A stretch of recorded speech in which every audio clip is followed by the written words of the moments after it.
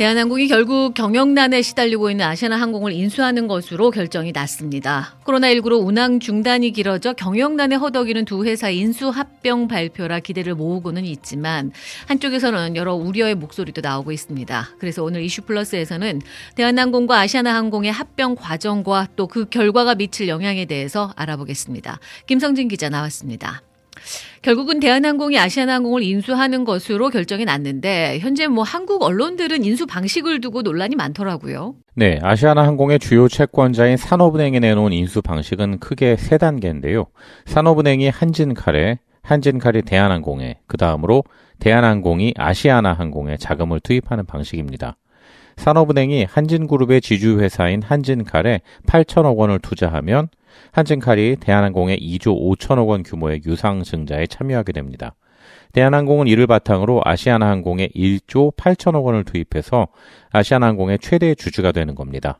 한국의 일부 언론들은 이번 인수 방식을 두고 국민 세금을 이용한 대한항공의 무자본 인수란 비판을 내놓고 있는데요.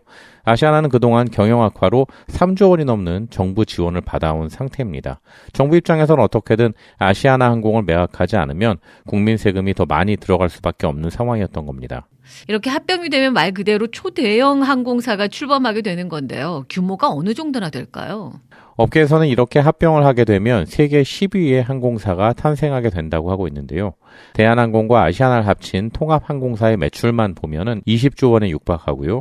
보유 항공기 대수는 에어프랑스를 능가하는 수준으로 덩치가 커지게 됩니다. 국제 수송 인원 규모만으로도 세계 10위, 또 국제 화물 수송량은 무려 세계 3위 수준으로 껑충 뛰어오르게 됩니다. 엄청난 규모의 대형 항공사가 탄생하게 되는 거네요. 그런데 지난해에 아시아나항공 합병 계약이 이미 시도됐던 걸로 아는데 그건 무산된 건가요?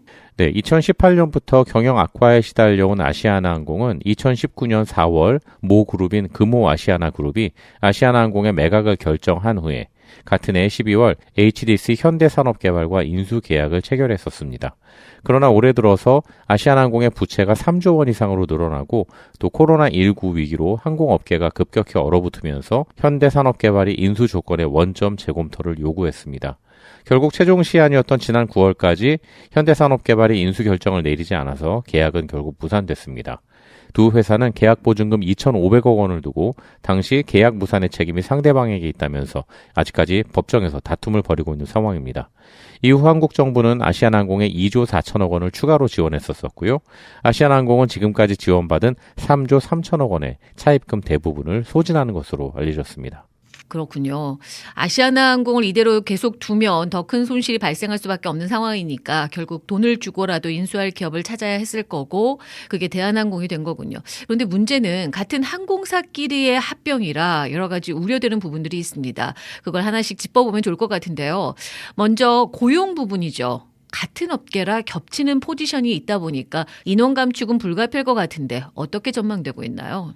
조원태 한진그룹 회장은 한국 시간으로 18일 아시아나항공 통합 이후에 구조조정 계획은 없다고 직접 밝혔습니다. 조 회장뿐 아니라 국토교통부와 아시아나항공 채권단인 산업은행도 통합 이후에 인위적인 인력 구조 조정은 없다라고 못 박았지만 노조를 중심으로 인력 조정이 불가피하다는 주장도 나오고 있는 상황입니다. 현재 대한항공 직원이 약 18,000여 명으로 추산되고요. 아시아나항공 직원은 9,000여 명 수준입니다. 항공 승무원들을 제외하고 사무직 등 중복 인력은 약 750명대인 것으로 파악됩니다. 특히 대한항공과 아시아나항공의 중복 노선이 적지 않고 운항 시간대도 비슷해서 길게 보면은 결국 노선 통폐합이 이루어질 가능성이 크다는 시각이 우세합니다. 12월 기준 대한항공과 아시아나항공의 중복 노선은 48개에 달하는 것으로 알려졌습니다. 미주 노선의 경우는 어떻습니까? 장거리 노선인 미주 노선에서는 뉴욕을 포함해서 13개 중에 5개가 중복되는데요. 운항 노선 시간대도 비슷한 경우가 많아서 통폐합 가능성이 대두됩니다. 하지만 국제 노선은 항공사들이 마음대로 노선을 줄일 수는 없습니다. 국가 간 항공협정을 통해서 노선 운항권을 취득하는 구조여서 국토교통부의 협의를 반드시 거쳐야 하는데요. 그래도 업계 입장에서는 수익성 개선을 위해서 중복 노선을 단일 노선으로 운영하고 또 수익성이 낮은 노선은 축소 또는 폐지될 가능성이 있습니다. 그리고 이렇게 노선이 줄면 인력 운영에도 당연히 영향이 미칠 수밖에 없고요. 결국은 구조 조정으로 이어질 것이라는 의견이 우세합니다. 다만 현재 아시아나항공은 지난 10월에 기간산업안정기금 2,400억 원을 지원받았는데요. 이 기간산업안정지금 지원 조건에는 6개월간 최소 90% 이상의 고용을 유지해야 한다는 내용이 들어있습니다. 그래서 일단은 내년 4월 초까지는 대규모 구조조정 문제는 없겠지만 문제는 이 4월 이후에 대한항공과의 통합 작업이 본격적으로 추진되면 노선이나 인력 구조조정이 불가피할 것으로 보입니다. 그렇군요. 같은 업종의 합병이라 인력 조정은 정말 불가피해 보입니다. 다음으로 이번 합병으로 가장 우려되는 부분이 그럼 마일리지는 어떻게 되는 거냐 이런 부분이에요. 이건 어떻습니까? 네, 이번 합병으로 사실 소비자들은 애써 모은 마일리지가 다 수포로 돌아가는 게 아니냐는 우려를 하고 있는데요. 현재로서 정부와 항공업계의 공식 입장은 두 회사가 각각 운영하던 마일리지는 하나로 합쳐지게 되지만 세부적인 계획은 추후에 나올 예정이라고 밝혔습니다. 다만 통합 후에 두 회사의 마일리지가 같은 가치로 인정받기는 좀 어렵지 않을까 싶습니다. 현재 대한항공 마일리지가 아시아나 마일리지보다 상대적으로 높은 가치를 인정받고 있기 때문인데요. 시장에서는 사용 금액에 따라 항공사 마일리지가 적립되는 한 신용카드의 경우에 대한항공은 1,500원당 1마일이 적립되지만 아시아나항공은 1마일에 1,000원이 적립됩니다. 그리고 현재 대한항공은 에어프랑스, 델타항공 등과 함께 스카이팀 소속이고 아시아나항공은 루프트한자, 또 유나이티드 항공 등이 가입된 스타 얼라이언스 소속입니다. 소비자들은 각 사에 적립한 마일리지로 동맹 내 항공사 티켓을 발권하거나 좌석 업그레이드를 받을 수 있는데요. 마일리지가 통합되더라도 결국은 기존에 적립한 아시아나항공 마일리지를 제대로 써보지 못하는 거 아니냐라는 그런 우려와 더불어서 아시아나항공이 자회사인 만큼 통합 후에 스타 얼라이언스를 탈퇴할 가능성이 커서 아시아나 마일리지 적립 소비자들은 어떤 피해를 보는 게 아니냐라는 것이 주요 이슈가 될 것으로 전망됩니다. 거기다가 대한항공 마일리지를 적립하던 소비자는 앞으로 보너스 좌석 예약과 또 제휴 서비스 이용 경쟁이 심해질 수가 있고 이에 따른 혜택이 또 축소되는 것이 아니냐 그런 시각도 있습니다. 이런 우려들이 나오고 있다는 건데 아직 정부나 대한항공은 세부적인 계획이 나오지 않았다고 했으니까요. 그 발표를 좀 더 기다려봐야 할 것 같고요. 또 한 가지 우려되는 부분은 이렇게 대형 항공사가 시장을 독점하면 혹시나 항공료가 오르는 게 아니냐 이런 우려도 나오고 있어요. 이 부분은 어떻습니까? 네, 여기에 대해서 한국 정부는 외국 항공사와 저비용 항공사와의 경쟁이 있기 때문에 급격한 운임 인상은 없을 것이다 라고 밝혔습니다. 국제선 항공 운임은 임의로 설정할 수 있는 게 아니라 항공협정에 의해서 상한선이 설정이 되고 또 그 안에서 다양한 형태로 운임이 결정된다는 형태입니다. 현재 한국의 경우에는 외국 항공사가 33% 이상의 시장 점유율을 갖고 있어서 대한항공이 일방적으로 운임을 올리긴 힘들다는 그런 논리인데요. 또 정부는 단독 노선에서 과도한 운임을 받거나 하면 운수권 배분 등의 조치로 적정한 수준으로 관리하겠다라고 밝혔습니다. 외국 경쟁 항공사들이 있으니까 뭐 그렇게 많이 올리지는 못할 것이다라는 건데 뭐 급격한 인상은 아닐지 몰라도 미주 노선의 경우는 지금보다는 어느 정도 오르지 않을까라는 생각이 들기도 합니다. 아직까지는 구체적인 윤곽이 나오지 않아서 정확하게 알 수 있는 상황들이 없지만 내년 3월 말이죠. 대한항공 유상 증자를 시작으로 통합 작업이 본격적으로 추진되면 아마 좀 더 구체화되지 않을까 싶습니다.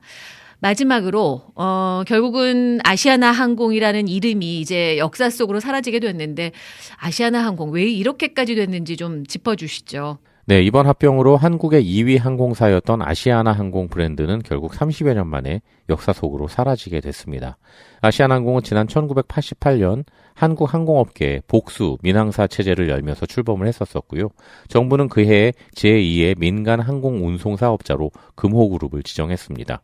기존 사명은 서울항공이었지만 같은 해 이름을 아시아나항공으로 바꿨고요. 김포와 부산 그리고 김포 광주 노선에 첫 취항을 했고 1990년에는 김포와 도쿄 노선에 취항하면서 국제선 운항에 나선 후에 바로 다음 해인 1991년에는 미주 노선을 취항하면서 본격적인 세계 무대로 나섰습니다. 2007년에는 계열사인 저가항공사 에어부산이 출범을 했고 2015년에는 두 번째 저가항공 자회사인 에어서울을 세웠습니다. 이렇게 승승장구하던 아시아나항공은 모 기업인 금호그룹이 무리한 사업 확장으로 경영이 악화되면서 덩달아 유동성이 나빠지기 시작했습니다. 박삼구 전 회장이 그룹 재건을 위해서 금호산업 인수 자금을 마련하는 과정에 아시아나항공의 부실이 더 심화됐고요. 특히 2018년 아시아나항공 기내식 공급 부족 사태가 발생하면서 경영난이 더 가중됐습니다. 지난해에는 감사 보고서 한정 사태가 불거지면서 재무 건전성 위기가 수면 위로 부상했었는데요. 결국 금호그룹은 작년 4월 핵심 계열사인 아시아나항공을 팔아서 그룹을 살리기로 결정을 한 것입니다. 한때 그룹 매출의 60%를 차지하던 알짜 계열사인 아시아나항공이 그렇게 시장에 나오게 됐고 결국 이번에 대한항공과 합병하는 데까지 이르게 된 것입니다. 30년 이상 항공업계 양대 산맥으로 자리를 잡았던 아시아나항공이 결국은 이렇게 사라지게 된 거군요. 이제 시작이라 완전히 통합될 때까지는 여러 진통이 예상되는데 그렇잖아도 코로나19 장기화로 위기를 겪고 있는 항공업계가 일대 지각 변동을 겪을 것으로 보입니다. 오늘 이슈플러스에서는 이번 대한항공의 아시아나항공 인수로 미칠 영향에 대해서 짚어봤습니다. 지금까지 김성진 기자였습니다.